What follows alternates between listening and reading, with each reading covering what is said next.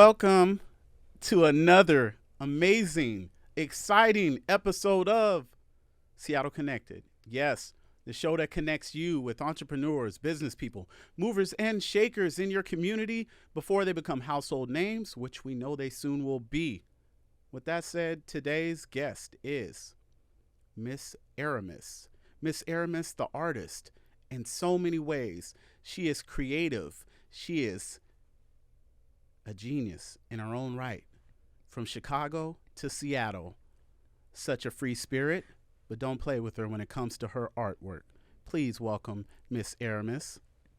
David, you amazing. Like, I'm Hey, here for the energy. okay, You said a genius. Hey, I will claim it. this is true. I believe it. I will claim it. Thank Yeah. you for having me. I'm looking forward to it. Thank you for being here. You know, I have to give our guest a proper intro just in case, if you ever have to come back or I want you to come back, I want you to say, all right, he treated me right.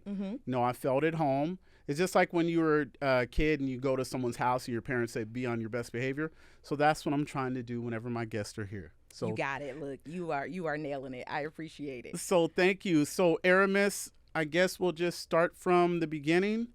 When did you pick up your first paintbrush or say, or was it a crayon and you just start drawing on the walls or?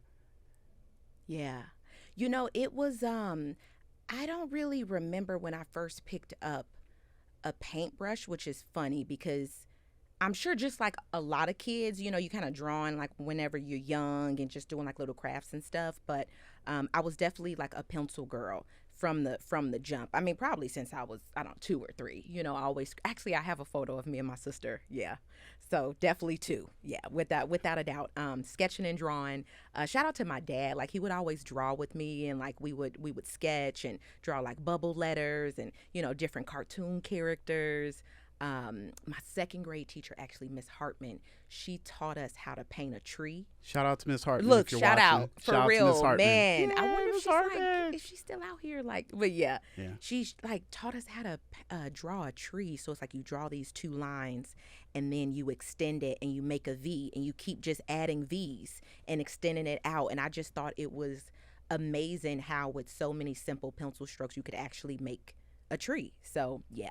But actually, high school is when I started to seriously pursue painting. Right. So that was like, 13, 14. Couple years ago. Right. Yeah. Just a few. Mm-hmm. Nice. Mm-hmm. Now, so you started really getting into it in high school and kind of finding your own style. Now, did you have any influences or were you kind of just, whatever you felt like? Or because sometimes you have artists, whether, you're a painter or you're a musician, a poet, you'll say, well, I really didn't have any influences or I had so many influences. I kind of just balled them all up and kind of created my own thing. So were there any artists in particular or was it just? Definitely.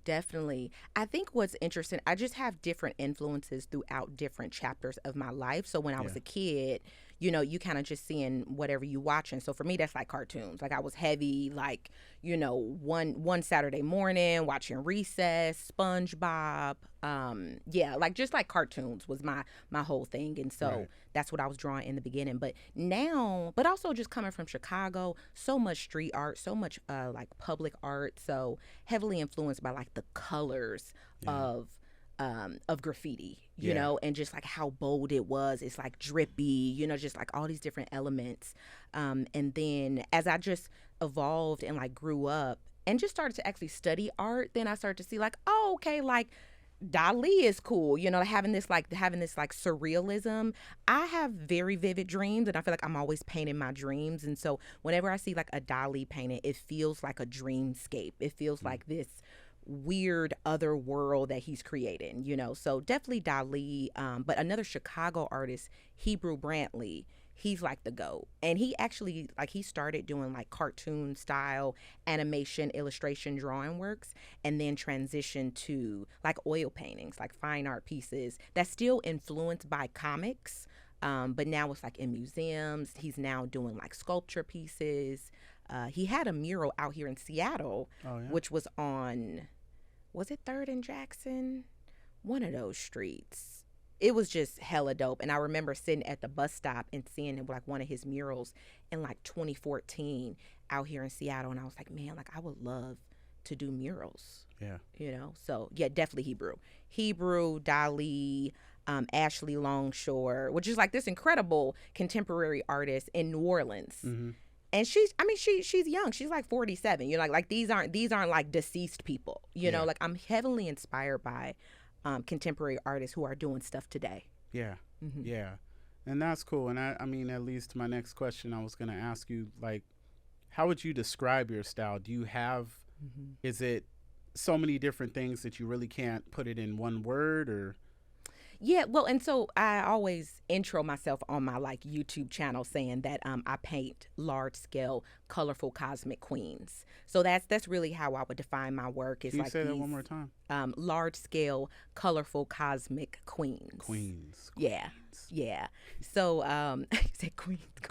That's dope. Love the queens. Love painting goddesses. Love like just painting the female form, which I just feel so honored to be in the vessel of a woman, and like a Black woman at that.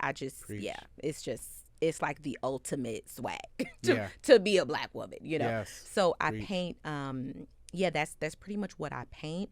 But I would definitely describe it as that, how I just mentioned, but also just super colorful. Dreamscapes has definitely been a word that feels more relevant now, because I'm painting like huge paint. They're like 10 feet wide or 8 feet tall, and so I'm incorporating animals and landscapes and trees and, you know, like the sky, and so it definitely feels like escape of some sort, right? You know, so yeah, that's kind of where I'm at. Dope. So what's up with the Zodiac Collection? The Zodiac. You have your own collection. Yeah. What? You know, I think it's important for artists to put some guidelines in, because like we have 1,000 ideas a day, you know, like we think about so much, but like when you commit yourself to a collection or like a body of work, it adds this level of discipline, but also this level of like packaging for the world, you know. But I love astrology. Like I'm that girl, okay? Like I'm that spiritual Black girl, like the new age crystals and like the whole vibe. I'm her, and I fully embrace my woo woo, you know. Okay. So love astrology, and I was like, okay, I want to do a collection. Let's start with this astrology series, and I just really feel like for as long as we can remember, our ancestors have been guided by the stars. You know, like we always have like looked up at the stars as like pastime, as guidance, as like being just like connected to source, you know? So I was like, okay, how can I personify these women the same way that, you know, millennia before us have? You know, by calling this constellation Gemini and having these like two twins, you know, even though really when you look at it, it's just stars, you know, like it's kind of just dots. Well, yeah. But when you actually give it form and when you actually personify it, you're able to connect with it in such a more beautiful way. So that's really what I was trying to do with the Zodiac series. Yeah. Yeah, that's pretty cool. It really caught my eye. So I had to look for the things you had for Cancer. Shout out to the Cancers out there. Water signs. Yes. I'm that one who knows like all her moon rising and Mercury and all of that. But like my moon and my rising are both in Cancer. But my sun sign is Gemini, so my birthday's June 4th. Okay. So it's like I'm hella talkative, clearly, extrovert from that Gemini, but hella in the feels on that Cancer side. So. Shout out to the Cancers for real. Yes, for real. Shout out to the Cancers. Yes. And it's funny because you're saying, you know, you're really talkative, and I can tell by your energy, you're the kind of person who you get energy from using your energy. Like you don't like to stay in one place, and you know, you're all over. So for most artists, they have a period in their life where certain things happened a certain way that made them express their art in different ways. And what I mean by that is like there's an old saying that, you know, music fans always say Mary J. Blige makes her best music when her heart's broken. Oh, it's good. And so why I gotta be so true though? Yeah.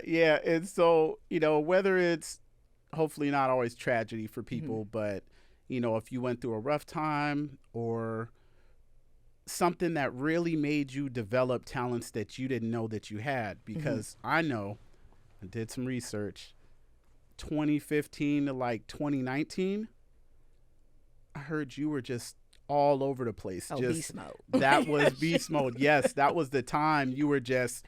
It's like, don't call me, I'll call you. I'll get back to you. I'm doing this, doing that, and you started to just develop, like, becoming a better you. That's what I heard. Yeah. That's what I heard. So, Yeah. like, during that period, like, what was going on in your life, and like, what were you doing? Like, how many events or Yeah. shows? Like, I'm gonna have to figure out where you heard that from. But we'll okay, we'll talk on I that. got But my yeah, no, but it's sources. true. But it's Yeah. true though. Like really went beast mode and okay, so I was a formal nurse. I was a formal registered nurse who worked in the hospital setting, like didn't go to school for art, like not a formally trained artist, but I wanted to pursue art as my full-time profession. And so like part of me just going so hard in those years was to make that transition in my career to also like gain up the income so that I could like quit my job as a nurse. And so it was like by all means necessary, by any means necessary, you Yes. know? And so I did festivals, art shows. I mean, I probably did like 40 shows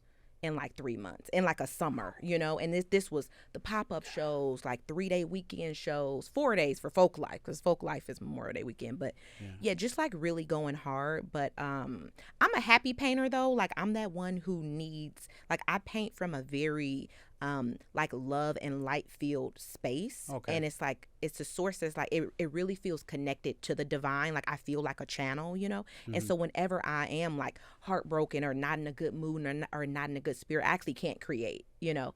So it was just like a lot going on, you know, 2020 BLM, and like that was even like a hard time for me to create, you know. And so yeah, shout out to people who can create during that time, but I also feel like that kind of can be a trap though, right? It's like now if you feel like you always got to be in suffering or pain to create, I think that's where we get those sort of like false narratives that artists have to be like heartbroken or like drugged out, you know. I just want artists to thrive, and we thrive from our just like genuine, happy, abundant place. Now creativity and art can come from those other darker places. Beautiful work can come from those places, but that's not the only source for inspiration, you know. But hey, Mary she creates the fire. Yeah, shout out to the Queen Mary. Yeah, like I myself, when I write, even if I'm not in the best mood or going through, you know, an easy time in my life, I try to say, okay, well, what message am I trying to convey to the listener? So even if right now sucks, I'll mention how it sucks, but okay, what am I going to do? How am I going to change things so it doesn't suck as much? You know, so try to give them the highs and the lows without putting myself in that box where, like you said, I can only create when things are like this, or I can only create when things are like that, because, you know, we're not one-dimensional people. You know, we're not always happy. We're not always sad. So I think it's just finding that, you know, medium, like you were saying. Totally. Well, and I also think I haven't even read the book, but I heard about it. Like GoPro is saying like professionals show up. You know, so it's like No whether matter you in a what. good mood, bad mood, like you show up. And like I just, and my husband hates this, but everything for me goes back to Beyonce. Like it genuinely does, because she's like just the GOAT. And so I'm just like, I know there's days when she's tired. She doesn't feel like showing up, but like she shows up, period, point blank, always, you know? And so, and so it's like, when you do transition, and which I had saw this career shift when I transitioned from being a registered nurse to now like my income is coming from my art. It's not like, oh, well, I'm just not about to paint right now because like I don't feel like it. It's like, okay, you made a decision to be a professional now, and you show up, you know. And maybe that's not creating new work in that state, because it's hard to do that, to like force yourself to do that. But you can still promo what you got, you know, still promo that song you made when you were in High Vibes. Yeah. You know, or like sharing that print that you already have just sitting there, you know. But it's just still about always showing up. Always showing up, no matter what.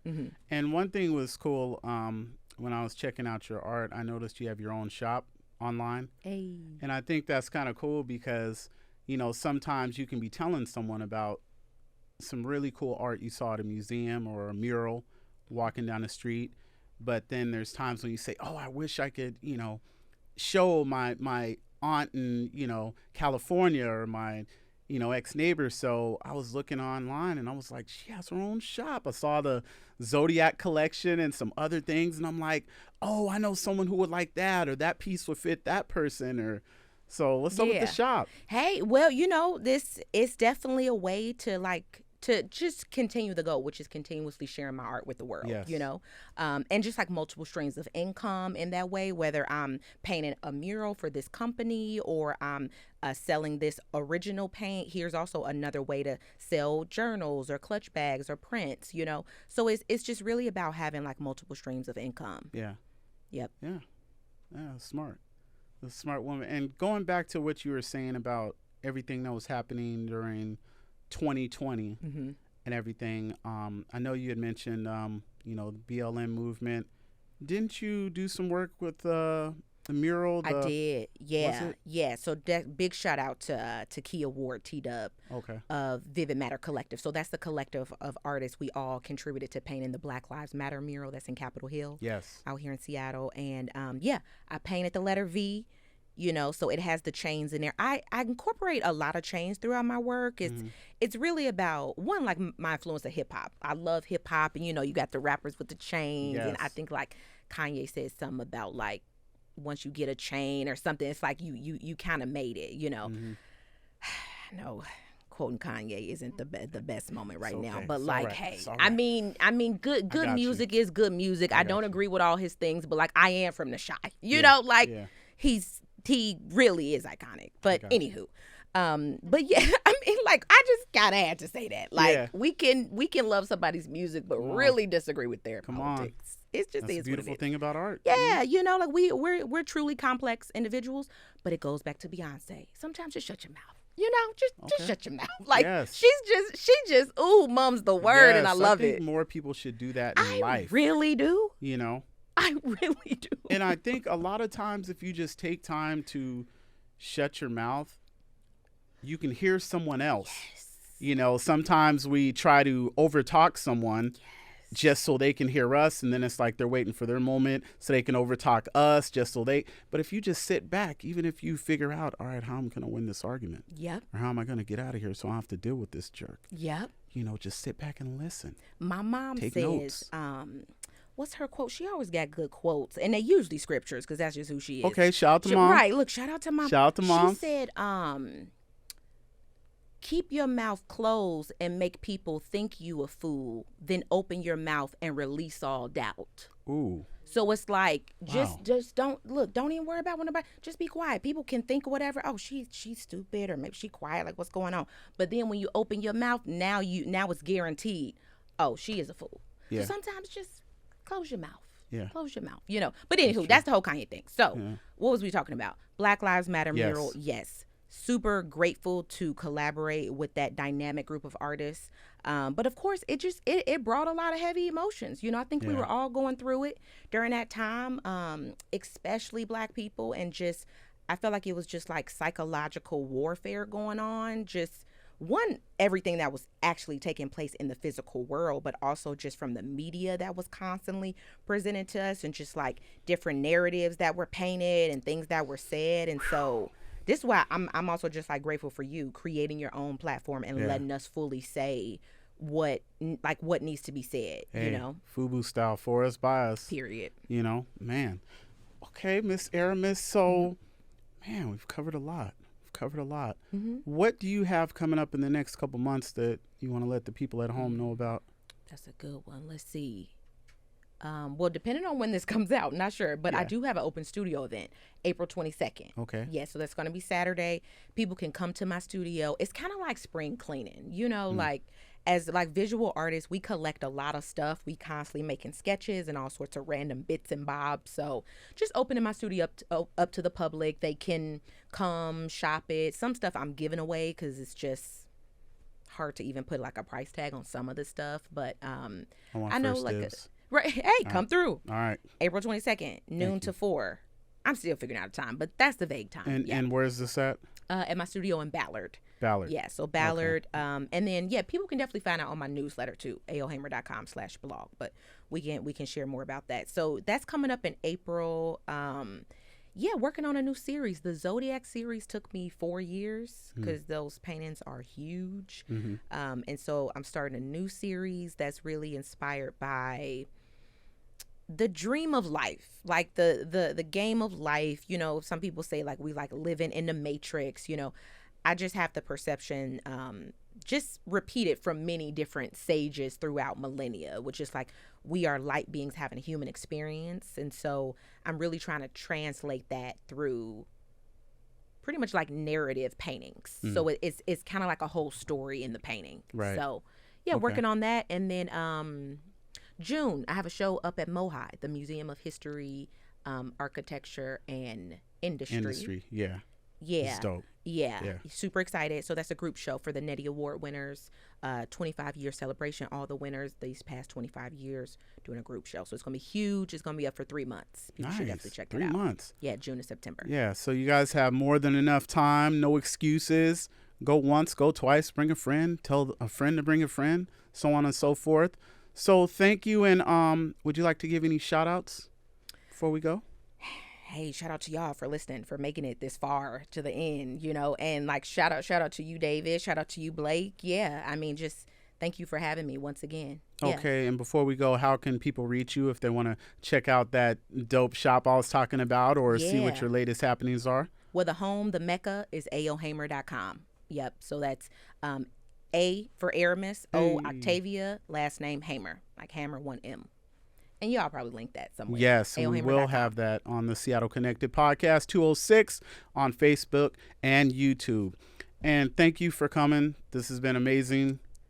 We're going to have to work in the future. We're already talking about it behind scenes, guys. We're going to collaborate soon on some projects. It's going to be dope. So thank you for joining us. David, for real. This has been a really good interview, and I feel like I got to know you and the art world. You know, now I got an inside connect, so thank you. Yep. And thank you guys, as always, for watching. And like I always say, take care of yourself and each other. Stay connected. Till next time. Peace.